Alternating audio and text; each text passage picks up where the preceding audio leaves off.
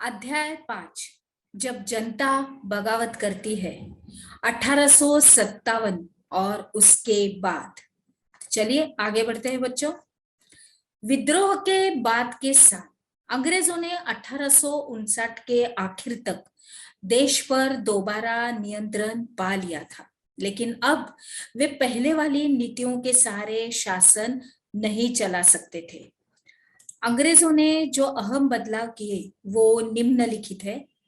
एक जो है वो ब्रिटिश संसद ने 1858 में एक नया कानून पारित किया था और ईस्ट इंडिया कंपनी के सारे अधिकार ब्रिटिश साम्राज्य के हाथ में सौंप दिए, ताकि भारतीय मामलों को ज्यादा बेहतर ढंग से संभाला जा सके। ब्रिटिश मंत्रिमंडल के एक सदस्य को भारत मंत्री के रूप में नियुक्त किया गया था और उसे भारत के शासन से संबंधित मामलों को संभालने का जिम्मा सौंपा गया। उसे सलाह देने के लिए एक परिषद का गठन किया गया, जिसे इंडिया काउंसिल कहा जाता था।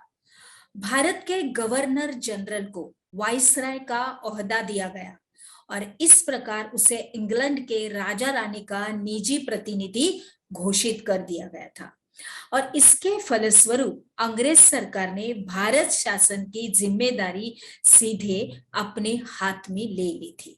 दूसरा है, देश के सभी शासकों को भरोसा दिया गया कि भविष्य में कभी कभी उनके भू क्षेत्र पर कब्जा नहीं किया जाएगा।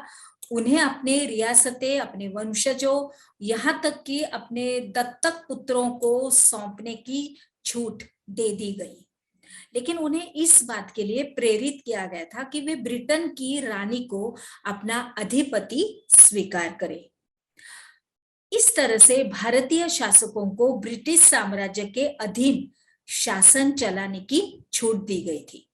तीसरा था, सेना में भारतीय सिपाहियों का अनुपात कम करने और यूरोपीय जो सिपाही थे उनकी संख्या बढ़ाने का फैसला लिया गया और यह भी तय किया गया कि अवध, बिहार, मध्य भारत और दक्षिण भारत से सिपाहियों को भर्ती करने की बजाय अब गोरखा, सिखों और पठानों में से ज्यादा सिपाही भर्ती किए जाएंगे। इसके बाद चौथा था, मुसलमानों की जमीन और संपत्ति बड़े पैमाने पर जब्त की गई थी और उन्हें संदेह और वह शत्रुता के भाव से देखा जाने लगा। अंग्रेजों को लगता था कि विद्रोह उन्होंने ही खड़ा किया है। पांचवा था, अंग्रेजों ने फैसला किया कि वे भारत के लोगों के धर्म और सामाजिक जो रीति रिवाजों का सम्मान करेंगे। और छठवा था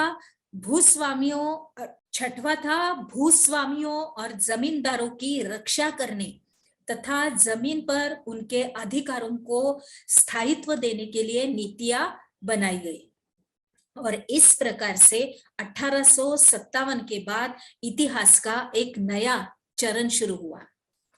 चले बच्चों आगे बढ़ते हैं। आगे हम लोग देखते हैं कि ये जो 5 मई 1857 से पहले भारत में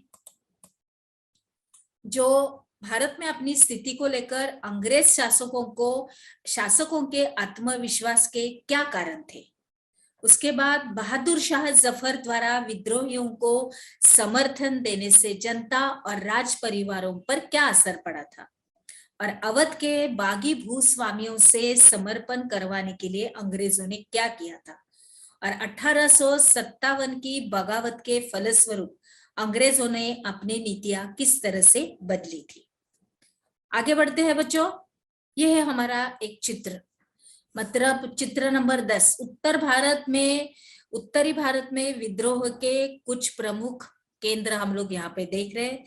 यहाँ पे सब कुछ दिखाई दे रहा है। देखो, स्टार्टिंग मतलब शुरुआत सियालकोट से है, लाहौर, जालंधर, फिरोजपुर, फिल्लार, सहारनपुर, रोहतक, मेरठ, दिल्ली, मुरादाबाद, बुलंदशहर, अलीगढ़, बरेली, फतेहगढ़, सीतापुर, उसके बाद मैनपुरी, नवाबगंज, पोंडा वगैरह वगैरह आपको सब कुछ दिखाई दे रहा है।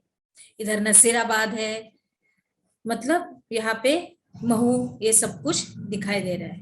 अभी आगे बढ़ते हैं बच्चों। हमने क्या सीखा इसके अंतर्गत, विद्रोह के बाद क्या हुआ था, ये आप लोग अपने नोटबुक में इसका जवाब लिखिए। और चलिए बच्चों, अभी हम लोग आगे बढ़ते हैं।